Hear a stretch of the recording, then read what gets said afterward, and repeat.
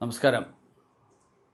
വനിതാ സംവരണ ബിൽ പാർലമെൻറ്റിൽ CPM-ഉം കോൺഗ്രസും ചേർന്ന് പരാജയപ്പെടുത്തിയ സാഹചര്യത്തിലാണ് ഞാനിന്ന് നിങ്ങളെല്ലാവരെയും കാണുന്നത്. ഇന്ത്യൻ ജനാധിപത്യത്തെ, നമ്മുടെ ഭരണഘടനയെ ആദ്യമായി അട്ടിമറിച്ചത് കോൺഗ്രസ്സാണ്. അടിയന്തരാവസ്ഥ എന്ന കറുത്ത അധ്യായം നാം ഏറ്റുവാങ്ങേണ്ടി വന്നത് ഇന്ദിരാഗാന്ധിക്ക് അധികാരം നിലനിർത്താനായിരുന്നു.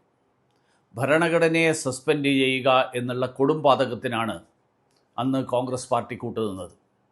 ഇപ്പോൾ ഇതാ ഇന്ദിരാഗാന്ധിയുടെ ചെറുമകൻ രാഹുൽ ഗാന്ധിയുടെ നേതൃത്വത്തിൽ ഇന്ത്യയുടെ ജനാധിപത്യത്തിലെ ഒരു സുവർണ അധ്യായത്തെയാണ് കശാപ്പ് ചെയ്തിരിക്കുന്നത്. വനിതാ സംവരണ ബില്ലിനെ പരാജയപ്പെടുത്തിയ കോൺഗ്രസും ഇന്ത്യ സഖ്യവും ചെയ്തത് മാർപ്പർഹിക്കാത്ത കുറ്റമാണ്. ജനാധിപത്യത്തിൻ്റെ മാതാവാണ് ഭാരതം.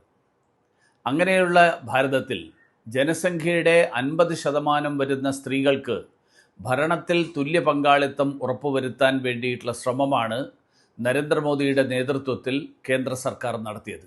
പക്ഷേ കോൺഗ്രസിനെ സംബന്ധിച്ചിടത്തോളം സോണിയാഗാന്ധിയും പ്രിയങ്ക ഗാന്ധിയും മാത്രമേ സ്ത്രീകളായിട്ട് അധികാരത്തിൽ ഉണ്ടാകാവൂ എന്നുള്ളതാണ് നിലപാട്. മറ്റൊരു സ്ത്രീയുടെയും അവകാശം അവരുടെ വിഷയമല്ല. സോണിയാഗാന്ധിക്ക് ആരോഗ്യം മോശമായപ്പോൾ ഉടൻ തന്നെ അവർ രാജ്യസഭയെ ഉറപ്പാക്കി. പ്രിയങ്ക ഗാന്ധിക്ക് അവരുടെ സഹോദരൻ ഒഴിഞ്ഞ ഏറ്റവും സുരക്ഷിതമായിട്ടുള്ള വയനാട് സീറ്റ്, ആ മണ്ഡലം അവർ ഉറപ്പാക്കി. നെഹ്റു കുടുംബത്തിലെ വനിതകളിൽ അല്ലാതെ മറ്റാരും വേണ്ട അധികാരത്തിൽ എന്നുള്ളതാണ് കോൺഗ്രസ് നേതൃത്വത്തിൻ്റെ തീരുമാനം. നമുക്കറിയാം, തദ്ദേശ സ്ഥാപനങ്ങളിൽ 50% വനിതാ സംവരണം നടപ്പാക്കിയപ്പോൾ നമ്മുടെ നാട്ടിൽ എത്ര വലിയ മാറ്റമാണ് ഉണ്ടായത് എന്ന്.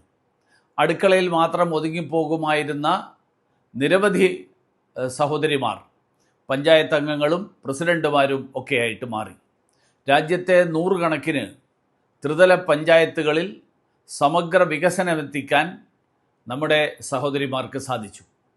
അഴിമതി കുറഞ്ഞു, കരുതലും കരുണയും കൂടി. അതേ സ്ഥിതി നിയമസഭകളിലും പാർലമെൻറ്റിലും കൊണ്ടുവരിക എന്നുള്ള ഉദ്ദേശത്തോടു കൂടിയാണ് കേന്ദ്ര സർക്കാർ ഈ നിയമം കൊണ്ടുവന്നത്. വാസ്തവത്തിൽ ഒരു ചുരുങ്ങിയത് 30 വർഷം മുമ്പെങ്കിലും നടപ്പാക്കേണ്ടതായിരുന്നു ഈ വനിതാ സംവരണം. അന്ന് നടത്തിയ എല്ലാ ശ്രമങ്ങളും ഇതേ സഖ്യമാണ്, കോൺഗ്രസ്സുകാരും CPM-കാരും ചേർന്നാണ് പരാജയപ്പെടുത്തിയത്. നെഹ്റു കുടുംബത്തിലെ സ്ത്രീകളെയും അവരുടെ നേതാക്കന്മാരുടെ ബന്ധുക്കളെയും മാത്രമേ കോൺഗ്രസ് വളരാൻ ഏത് കാലത്തും അനുവദിച്ചിട്ടുള്ളൂ. CPM-ൻ്റെ കാര്യവും വ്യത്യസ്തമല്ല.